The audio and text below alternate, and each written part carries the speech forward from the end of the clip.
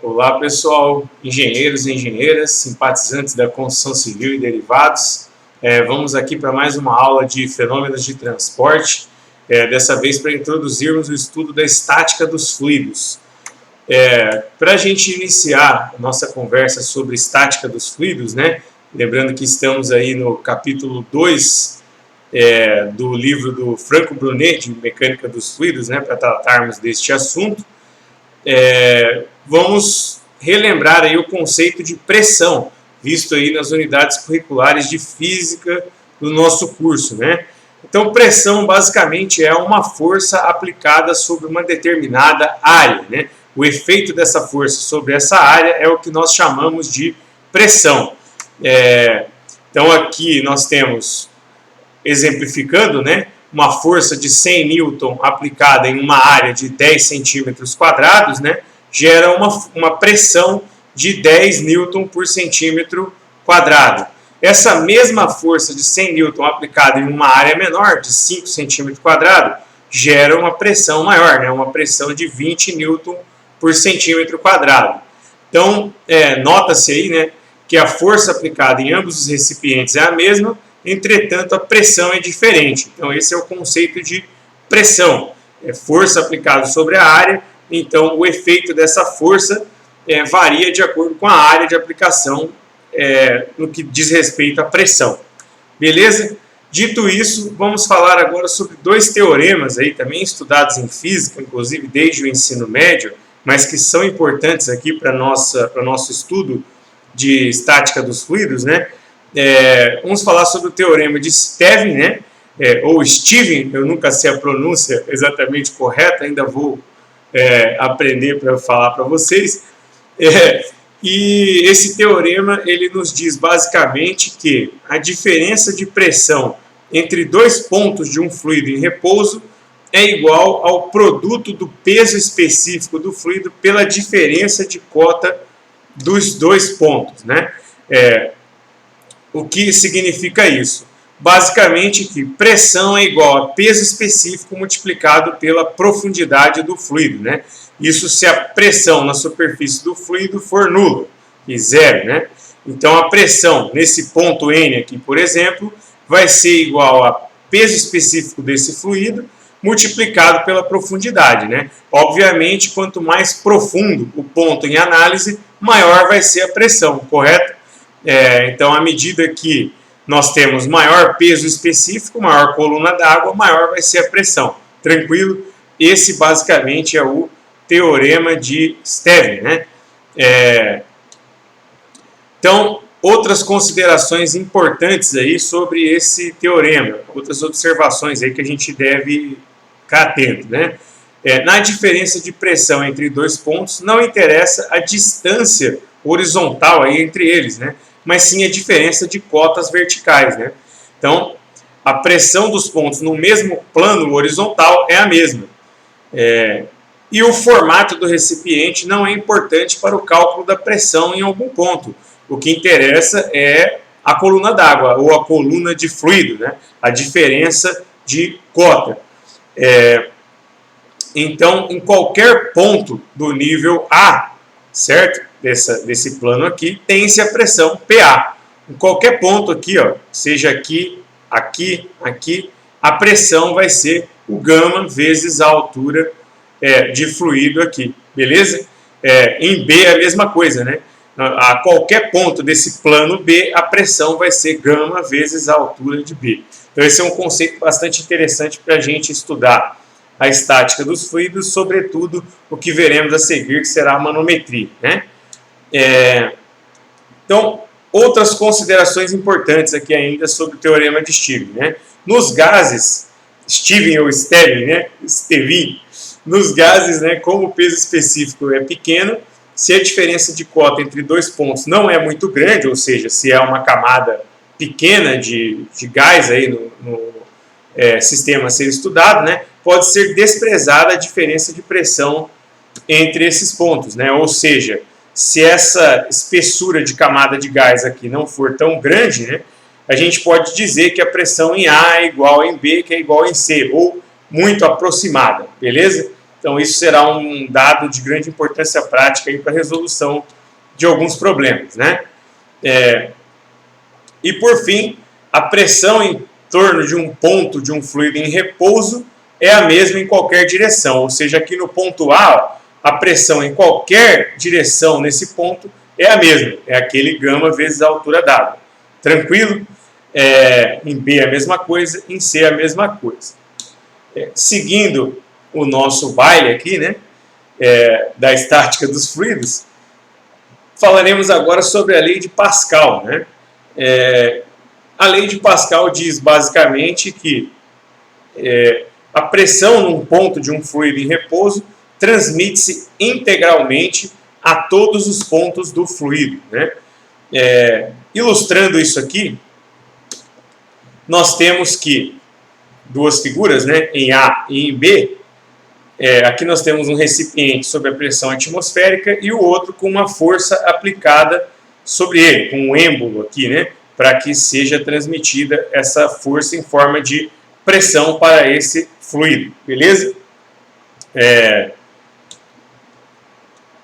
Então, em A, né, nós temos aqui o fluido em superfície livre, a atmosfera, e vamos supor que a pressão em cada um desses pontos aqui é P1, 1 Newton, P2, 2 Newton, P3, 3 Newton por centímetro quadrado e P4, 4 Newton por centímetro quadrado, né? Lembrando que pressão é força sobre área, né? Tranquilo? Então, vamos imaginar que cada um desses pontos tem essa pressão, né? Obviamente, eles têm profundidades diferentes, então possuem pressões diferentes, né? Conforme vimos ali em Stevens. Então, aplicando essa força de 10 Newton em uma área de 5 centímetros quadrados, nós vamos ter uma pressão aí de 20 Newton por centímetro quadrado aplicada nesse fluido devido a essa força de 100 Newton nessa área de 5 centímetros quadrados, né? Portanto, para cada um desses pontos eu vou ter um acréscimo aí de 20 Newton de força. Então, vocês podem ver que essa pressão adicional aqui gerada por essa força, ela vai ser distribuída igualmente aqui para todos esses pontos do fluido, né? Então, vai ser transmitida a todos os pontos do fluido, né? Então, torna-se aí evidente aí o significado da lei de Pascal, que assim como o Stevens, vocês também estudaram, né, em física básica, aí, né, em física, tanto aqui no curso de Engenharia Civil, como também no ensino médio, né? Então, esta lei aí apresenta sua maior importância em problemas de dispositivo que transmitem e ampliam uma força através de uma aplicação de pressão num fluido. Isso aí vocês podem lembrar da prensa hidráulica, já estudada aí lá na física básica, né? Onde você aplica a força de um lado e ela é aumentada de um outro lado devido a esse princípio da força sobre a área aplicada totalmente em um fluido, né? Transmitida a todas as partículas do fluido, né? Beleza? Tranquilo. Então aí nós vimos Stevens e Pascal. Vamos falar agora sobre a carga de pressão, que é um outro conceito bastante interessante, né? E que nós iremos utilizar aí tanto ao longo da unidade de fenômenos de transporte, quanto ao longo do curso, né? Em hidráulica e em instalações posteriormente, né? Então foi visto ali pelo teorema de Stevens que a altura e a pressão mantêm uma relação constante para o mesmo fluido. É possível expressar, então, a pressão num certo fluido em unidade de comprimento, lembrando que P sobre gama é igual a H. Então, aqui o que nós estamos fazendo, né? Isolando o H naquela fórmula de Stevens, né? Então, se pressão é igual a gama vezes H, se eu isolar aquela altura, eu tenho P sobre gama, né? Então, eu estou transformando a pressão numa carga de pressão, numa altura H, né? Essa altura H aqui, multiplicada pelo peso específico do fluido, reproduz a pressão num certo ponto, será chamada de carga de pressão. Abaixo, exemplo de carga de pressão em alguns pontos do fluido, né? Então aqui, ó, a carga de pressão é a altura que exerce uma certa pressão em um determinado ponto, né? É muito mais comum a gente usar esse conceito de carga de pressão em uma tubulação, né? Nós veremos isso ao longo aí do nosso curso, né? Então, para interpretar a carga de pressão no caso de uma tubulação, vamos imaginar o fluido de peso específico γ, né, escoando a uma pressão P qualquer. Qual a carga de pressão H? Né? Essa carga de pressão será aquela a qual, né, se a gente instalar um tubo aqui, um piezômetro, né, nós vamos estabilizar aqui um jato de água aqui para cima, né? Será lançado um jato de água aqui para cima. Se esse jato canalizado no tubo, né, sendo esse jato canalizado no tubo, a gente vai verificar esse líquido alcançando essa altura. Essa coluna ela vai ficar em repouso, vai se equilibrar ali, mesmo se esse fluido estiver em movimento, né? Essa altura aqui é a carga de pressão, é o que vai ser equivalente aí ao P sobre γ, a pressão sobre o peso específico do fluido, nesse ponto aí dessa tubulação. Tranquilo, pessoal? Então é um conceito bastante utilizado, né? E ela é medida aí em metros, né? A altura d'água. Então, se eu pegar a pressão aqui, Newton por metro quadrado, por exemplo, e dividir por γ, que é Newton por metro cúbico, isso vai me dar em metros, correto? Que é a altura d'água. Então, por isso que muitas vezes a gente ouve falar em pressão em metro de coluna d'água, né? No caso da hidráulica, que nós veremos mais à frente e trataremos aí ao longo do curso, né? Então, pode-se dizer, então, que a carga de pressão é a altura a qual pode ser elevada uma coluna de fluido por uma pressão P. Tranquilo? Seguindo aqui, né? Vamos falar um pouquinho agora sobre as escalas de pressão, né? Que seriam aí as formas que a gente tem de medir a pressão, né, em um sistema estático aí de fluidos, né? Então, pressão, se a pressão é medida em relação ao vácuo ou zero absoluto, é chamado de pressão absoluta. Quando a pressão é medida adotando a pressão atmosférica como referência, é chamada pressão efetiva. São duas maneiras da gente medir a pressão, né? A pressão efetiva é importante, pois praticamente todos os aparelhos de medição de pressão, os manômetros que a gente vai ver a seguir, registram zero quando abertos na atmosfera, medindo, portanto, a diferença de pressão entre o fluido e o meio em que se encontra, né? Nós vamos ver isso aqui um pouquinho mais detalhadamente a seguir, né? Então aqui nós temos numa figura a demonstração da diferença entre a pressão efetiva e a absoluta, né? A efetiva, ela mede-se a partir da atmosférica, né? É como se eu zerasse na atmosférica e eu medisse a partir dela. A absoluta, eu considero também a pressão atmosférica. Basicamente é essa a diferença dessas duas escalas aí que a gente pode trabalhar, né? Então, na resolução de alguns problemas, eu posso trabalhar a partir de uma escala absoluta, onde eu considero a pressão atmosférica mais a efetiva do fluido, e em outros problemas eu posso trabalhar somente com a efetiva, né, zerando a pressão atmosférica, né? A pressão atmosférica também é chamada de pressão barométrica e varia de acordo com a altitude. Então, aqui em Campo Grande, ou melhor, em Aquidauana, onde eu estou, né, Campo Grande é minha cidade natal. Aqui em Aquidauana é uma pressão, em Campo Grande é outra, no Rio de Janeiro é outra, em Recife, como eu queria estar lá nadando com os tubarões, é outra. E nos problemas que envolvem lei de estado dos gases, é imprescindível o uso da escala absoluta. Já em problemas de fluido, a escala efetiva é mais cômoda, né? Pois muitas vezes a gente instala um manômetro para medir o fluido e aí eu tenho já uma medição da escala efetiva, porque o manômetro zera na pressão atmosférica, como vamos ver, né? Então, sempre que for utilizada a escala absoluta, após a unidade de pressão, que é uma força por uma determinada área, nós vamos usar a abreviação ABS, né? Colocar ali um entre parênteses ABS, somente para indicar que está se utilizando a escala absoluta. Enquanto, se for usar a escala efetiva, você não precisa escrever esse ABS aí, né? É muito mais comum a gente trabalhar com a escala efetiva aqui porque nós vamos trabalhar muito mais com líquidos do que com gases, né? Nós vamos ver ao longo da resolução de problemas. Mas, nos casos onde trabalharemos com gases, acabaremos utilizando essa pressão efetiva, né? Falando um pouquinho agora sobre as unidades, então, né? As quais comentamos anteriormente. Então, as unidades de pressão são força sobre área, né? Mais comum, quilograma, força por metro quadrado, né? A mais usual é essa aqui, Newton por metro quadrado, ou Pascal, né? A gente também pode usar o quilopascal, que é ela multiplicada por 1000, ou megapascal, né? Enfim, as suas derivações. Entre outras, aqui como podemos observar, né?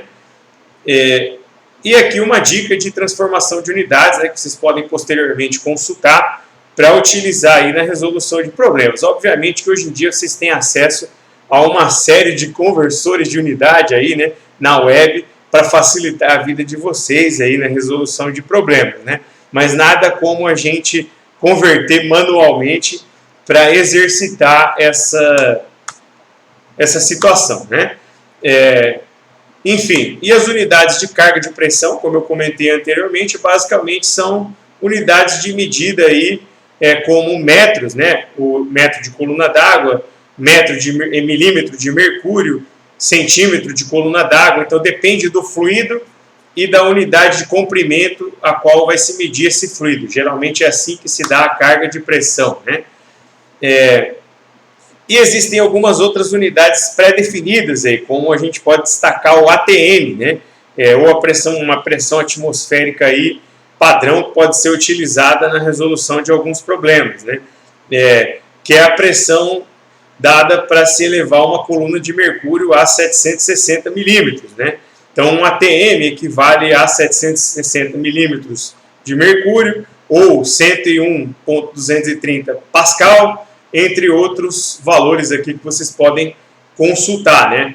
Obviamente que a pressão atmosférica, como eu comentei anteriormente, varia de região para região, embora possa-se usar esse valor padrão, né, para se resolver alguns problemas. Bom, falando agora um pouquinho sobre os medidores de pressão, né? Então, o que nós temos aí de medidores de pressão? Nós podemos ter o manômetro, que é o mais comum deles, né, o manômetro de Bourdon, que vocês podem consultar esse videozinho aqui posteriormente, né, esse vídeo audiovisual público, né, de YouTube, para assistir como funciona ele a partir, né, de um fluido pressionando um tubo metálico, né, e aí ele faz a leitura de pressão desse fluido ou em movimento ou em repouso, né, ele pode fazer essa leitura. Então esse é o manômetro de Bourdon. E como que ele, qual é essa leitura que ele faz, né? A leitura da pressão na escala efetiva, né, ele vai fazer, que vai ser dar diretamente ali no leitor dele, quando a parte externa do manômetro estiver exposta à pressão atmosférica, né? Então nós temos aqui que se esse P2 aqui for a pressão atmosférica, ele já vai dar a pressão aqui em escala efetiva. Ele vai zerar a pressão atmosférica e vai medir somente a pressão no fluido, né? Então o manômetro ele basicamente mede P2 menos P1. Se tiver outro fluido aqui, ele vai medir a pressão desse fluido menos a pressão desse fluido. Beleza? Isso vocês vão utilizar para resolver alguns problemas propostos aí na nossa unidade curricular, né? Então a pressão que dá na leitura de um manômetro é a pressão externa menos a pressão interna aqui do fluido, né? Tranquilo? Bom, então, falando aqui agora sobre o piezômetro, né? Que eu já até o citei ali ao falar da carga de pressão, né? Consiste aí basicamente num tubo de vidro que, ligado a um reservatório, permite medir diretamente a carga de pressão, né? Então, basicamente, é um tubo que a gente pode instalar ali num reservatório ou numa tubulação, no caso do reservatório, para o seu fluido em repouso, né? E, dado um peso específico, ele vai dar exatamente ali o P sobre gama, a carga de pressão do fluido instalado nesse reservatório, né? Então, o piezômetro apresenta aí 3 defeitos, apesar de estar escrito aqui a palavra defeito, eu diria dificuldade, né, que tornam o seu uso limitado, né? A altura H, para pressões elevadas aí, né? E para líquidos de baixo peso específico, pode ser muito alta, inviabilizar o seu uso, né? Então, se você tiver uma pressão muito elevada, isso vai extravasar a altura do piezômetro, né?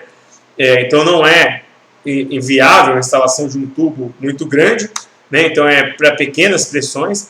E não se pode medir a pressão de gases, né? Pois ele se escapa dessa coluna. Então, é um medidor, de certa forma, limitado, ao contrário do manômetro, né?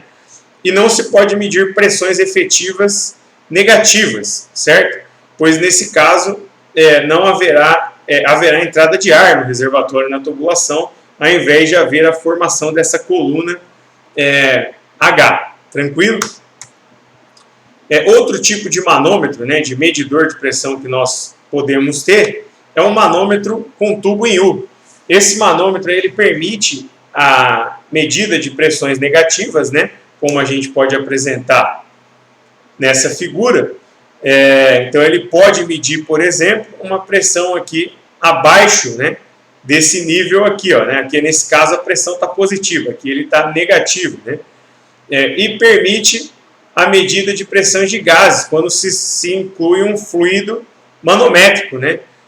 Então, se eu incluir um fluido manométrico aqui, ó, eu posso medir o gás sem que o gás escape desse manômetro, né? Então, isso é possível fazer utilizando um manômetro tubo em U, que também pode ser utilizado entre dois reservatórios, né? Ou entre um sistema de fluidos. Então, aqui no caso, eu posso, entre um reservatório A e um B, colocar um fluido manométrico, normalmente mercúrio, e através da diferença de pressão entre esses fluidos, eu vou ter as pressões aí desse sistema, né? Pode ser instalado assim ou assim, enfim, de diversas formas, né? Tranquilo, pessoal? Então, falamos aqui até agora, né, sobre esses conceitos, né, da lei de Steven, lei de Pascal, os medidores de pressão. Em um próximo vídeo, para não ficar tão extenso, eu vou falar aqui sobre a equação manométrica e a sua aplicação para a gente poder dar sequência aqui, né, nesse assunto da estática dos fluidos. Tranquilo? Agradeço a atenção de vocês, espero que tenha esclarecido aí, né, os conceitos e fico à disposição. Um grande abraço.